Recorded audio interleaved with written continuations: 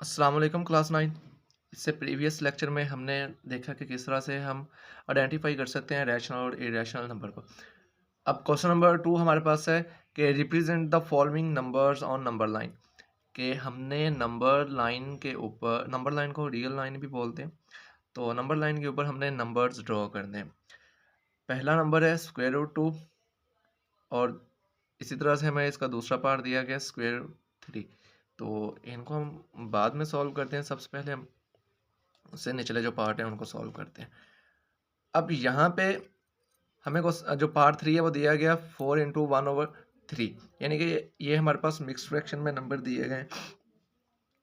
अगर हम इसको इम्प्रॉपर फ्रैक्शन में कन्वर्ट करते हैं तो देन हमें पहले इससे मल्टीप्लाई करना है 4 3 12 और फिर हमें ये वाला नंबर ऐड करना है, तो ये हो जाएगा 13/3। अगर हम इसको डिवाइड करें तो हमारे पास जो आंसर है वो होता है 4.33 अप टू सो ऑन, ये चलता जाएगा। तो सिंपल हम इसको 4.3 ले सकते हैं। अब 4.3 जो है वो 4 से बड़ा नंबर है, बट ये जो नंबर है ये 5 से छोटा है, यानी 4 से ये बड़ा है और 5 से ये छोटा है। तो इसका मतलब है कि ये 4 और 5 के दरमियान में आएगा। तो 4 तक तो हमने जाना ही जाना है, यानी कि यहाँ पे 0, ये पॉजिटिव है तो हम राइट साइड पे आएंगे 0 1 2 3 एंड 4 तक तो हम आ गए। अब अगर हम इसी को लें 1/3, इसको कैसे नंबर लाइन के ऊपर ड्रॉ करेंगे? हमें रहना है 4 और 5 के दरमियान। 4 तक हम आ गए, अब ये 5 है तो इसके दरमियान में कहीं ना कहीं नंबर ये लाई कर रहा है। तो हम क्या करेंगे, ये जितने नंबर दिए गए हैं उतने हिस्से में इसको डिवाइड कर देंगे, यानी कि 4 और 5 के दरमियान हम इसको 3 इक्वल पार्ट में डिवाइड कर देंगे, 1 एंड 2। तो ये 1 2 एंड 3, तो ये 3 इक्वल पार्ट में हमने इसको डिवाइड कर दिया। अब हमें कितनी लाइंस यहाँ पे सिलेक्ट करनी है, कितने हिस्से या कितने पार्ट हम यहाँ पे सिलेक्ट करेंगे? ये वाला नंबर जो हमें दिया गया वो कितना है, वो है 1। तो हम यहाँ पे 1 ही सिलेक्ट करेंगे। तो यहाँ पे हम एक लाइन लगा देंगे, तो ये हमारा 4 1/3। तो जो 4 1/3 हमारा 4 इंटू 1/3 हमारा जो नंबर है वो हमारा यहाँ पे लाई कर रहा है। इसी तरह से हमारे पास पार्ट नंबर 4 है -2 इंटू 1/7। अब ये नेगेटिव है तो इसका मतलब है कि ये 0 से लेफ्ट साइड पर होगा। अब -2 तक तो हमने जाना ही जाना है, यानी कि जैसे हम यहाँ पे 4 तक तो गए ही गए हैं, इसी तरह से यहाँ पे हम जो -2 है वहाँ तक तो हम जाएंगे, तो यहाँ तक हम आ गए। अब ये 1/7 है, इसका मतलब है कि ये -3 की तरफ जा रहा है, तो ये -2 और -3 के दरमियान में होगा। अब ये 7 इक्वल पार्ट में हम इसको डिवाइड करेंगे, तो यहाँ पे डिवाइड करते हैं 1 2 3 4 5 6 एंड 7। तो ये 7 इक्वल पार्ट में हम इसको डिवाइड कर लेंगे इस तरह से। अब जितने नंबर ये होंगे उतनी लाइंस हम अपने यहाँ पे सिलेक्ट कर देंगे। तो यहाँ पे 1 है तो यहाँ पे हम फर्स्ट पार्ट को सिलेक्ट कर लेंगे, तो ये -2 इंटू 1/7। तो इस तरह से किसी भी रियल नंबर को हम रियल लाइन या नंबर लाइन के ऊपर हम ड्रॉ कर सकते हैं। इसी तरह से 5/8 है, अगर हम इसको ड्रॉ करें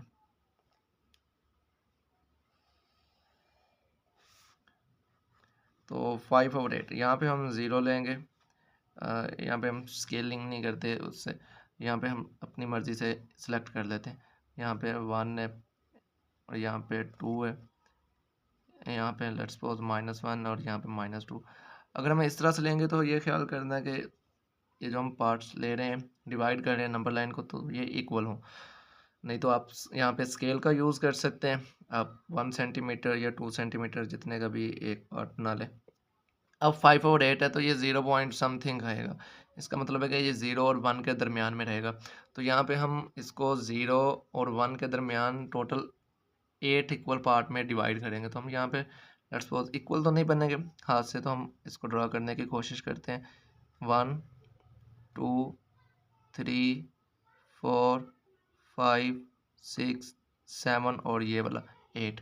तो हमने इस तरह से इसको 8 इक्वल पार्ट में डिवाइड कर लिया।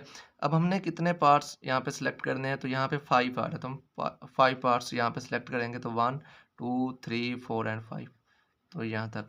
तो ये हमारा जो नंबर है ये 5/8। इस तरह से कोई भी रियल नंबर हम जो है वो नंबर लाइन के ऊपर ड्रॉ कर सकते हैं। ये वाला जो क्वेश्चन है ये आप खुद से ट्राई करें, जैसे ये वाले क्वेश्चन हमने किए हैं, तो ये सेम एज इट इज़ उसी तरह से है। अब हम चलते हैं अपने क्वेश्चन नंबर जो इसका पार्ट 1 और 2 है उसकी तरफ। अब ये √2 है। अब हम यहाँ पे पाइथागोरस थ्योरम का यूज़ करेंगे। अगर हमारे पास एक राइट एंगल ट्राइएंगल हो, एक राइट एंगल ट्राइएंगल जिसमें एक एंगल 90 का हो। अगर लेट्स सपोज ये हमारे पास एक राइट एंगल ट्राइएंगल, तो ये एंगल 90 का, ये इसमें बेस हो जाएगी, ये परपेंडिकुलर हो जाएगा और ये इसका हाइपोटेनस हो जाएगा।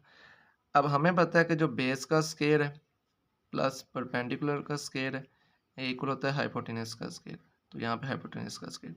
अब हमें यहाँ पे √2 चाहिए, ये वाली जो लेंथ है ना ये √2 है। इसका मतलब है कि ये भी 1 होगी और ये भी 1 होगी। यहाँ पे करते हैं 1 का स्क्वायर प्लस 1 का square is equal to h square. तो 1 का स्क्वायर भी 1 होता है और 1 का स्क्वायर 1, तो 1 + 1 2 is equal to h square. अगर हम यहाँ पे दोनों साइड पे इसका स्क्वायर रूट कर दें तो ये कटिंग हो जाएगा, h इज इक्वल टू 2 √। अब ये वाली जो साइड है ये √2 ये आ गई, जिसका मतलब है कि ये और ये हमें कितनी चाहिए, ये हमें 1 यूनिट चाहिए। अब यहाँ पे मैंने इसको स्केल से डिवाइड किया इक्वल पार्ट में, ये 1 सेंटीमीटर, ये 2 और ये 3 और ये 4, इस तरह से ये -1 -2 -1 सेंटीमीटर का डिस्टेंस हमने यहाँ पे लिखा हुआ है। अब हम क्या करेंगे, यहाँ पे हम कंपास का यूज़ करेंगे। इस वाले क्वेश्चन में हम कंपास का यूज़ करेंगे। हम यहाँ पे एक लाइन लगा लेते हैं 1 के ऊपर, क्योंकि हमें 1 यूनिट चाहिए, 1 यूनिट तक जाना जो बेस है, तो हम 1 यूनिट पे एक लाइन लगा लेंगे। ये लाइन लगा ली। अब हम क्या करेंगे, जितना डिस्टेंस हमारा ये है उतनी कंपास ओपन करनी है ये, और यहाँ पे रख के एक आर्क लगानी है। ये आर्क लग गई। अब हम क्या करेंगे, इसको ज्वाइन करवा देंगे 0 के साथ।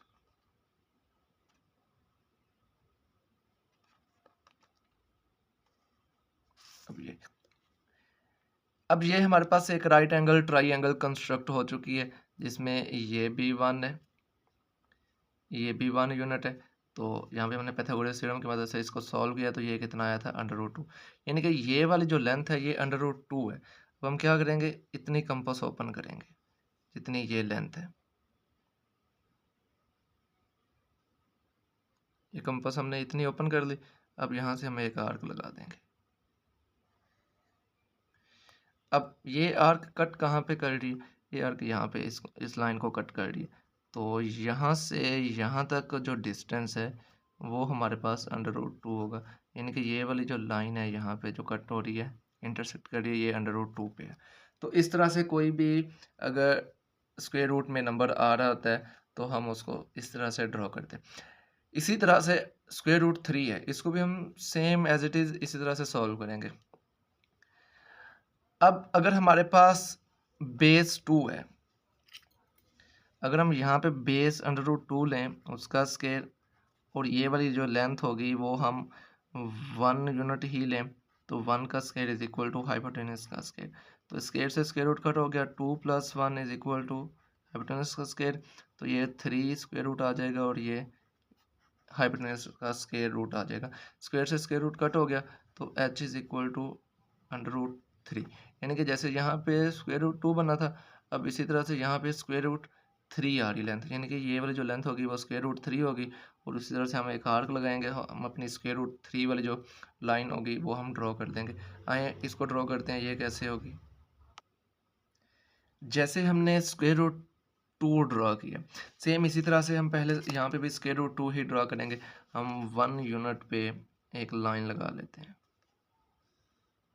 अब जितनी लेंथ ये है, जितने यूनिट ये लाइन लेंथ होगी उतने यूनिट हमने कंपास ओपन करनी है, और सेम एज इट इज़ हम यहाँ पे एक आर्क लगाएंगे।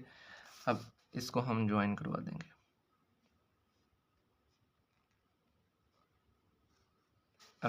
अब हमें पता है ये वाली जो हमारी लेंथ है ये √2 है, हमें क्योंकि पहली लेंथ √2 चाहिए बेस में, तो हम यहाँ पे क्या करेंगे, इतनी ही कंपास ओपन करेंगे,